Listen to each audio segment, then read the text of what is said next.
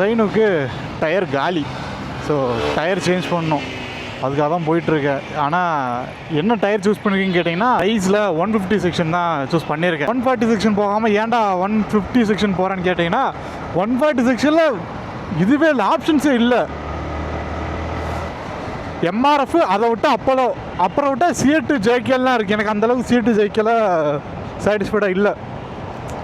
So அதனால தான் நான் வந்து ரைஸ் போயிடலாம் அப்படின்னு சொல்லி பார்த்தேன். அதில் பார்த்தா 140 செக்ஷனில் ஒரு டயர் இருக்குது ட்ரேஸ்ராயில், ஆனால் வந்து ஸ்டாக் இல்லை. ஸோ 150 செக்ஷனே போயிடலாம் அப்படின்னு சொல்லிட்டு இப்போ என்ன டயர் போட்டிருக்கீங்கன்னு கேட்டிங்கன்னா, அப்போலோவில் ட்ராம்பர் ஜஸ்டின்னு ஒரு டயர் இருக்கும்ல, அந்த ஆஃப் ரோட் டயர் அதுதான் போட்டிருக்கேன். மேஜர் ட்ராபேக்னால் நிறைய ஸ்லிப் ஆகுது இந்த டயரு. இப்போ இந்த டயரில் வந்து ஒரு 20% ஆஃப் டயர் இருக்குது, இன்னும் ஃபுல்லாக தான் காலி ஆகலை. இருந்தும் நான் வந்து ஒரு காரணம் எடுக்கிறேன்னு வச்சுக்கோங்களேன், இப்படி போயிட்டு நமக்குன்னு ஒரு ஜர்க் கொடுக்கும் இந்த டயர். எத்தனை கிலோமீட்டர் இருக்குன்னா 1.3 கிலோமீட்டர்ஸ் இருக்குது.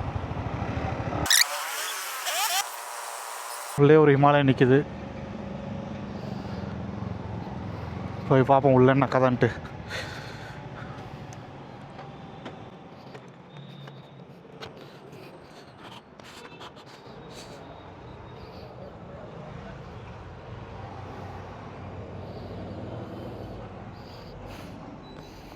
அசிங்கமாக போச்சு.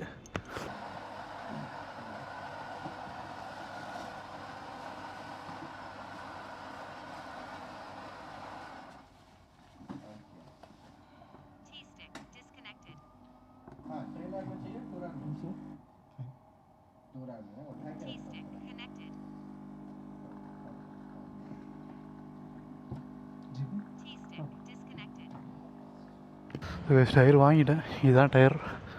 பார்த்தா தெரியும் நினைக்கிறேன். Okay, it's fine. இந்த டயர் பார்த்திங்கன்னா போயிடுச்சு ஃபுல்லாக. இன்னும் ஒரு 10% 20% தான் இருக்கும். இப்படி தான் வச்சுட்டு போகிறேன். நிற்குமான்னு தெரில, பார்க்கலாம்.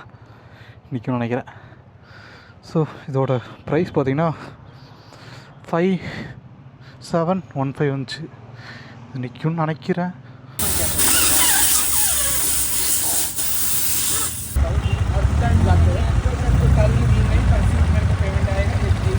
ஒரு பெரிய போராட்டத்துக்கு அப்புறம் டயரை மாற்றிருக்கோம். என்ன போராட்டம்னா, MT-15 டயரை கழட்டி மாட்டுறது கொஞ்சம் ரிஸ்க்கான விஷயம். ஏன்னா அந்த ஸ்விங்காம் வந்து கரெக்டாக இருக்கும், மாட்ட முடியாது, விரிச்சு தான் மாட்டணும். யாருக்கும் அது மேக்ஸிமம் தெரியாது இந்த சின்ன சின்ன கடைகளில் இருக்கவங்களுக்கு.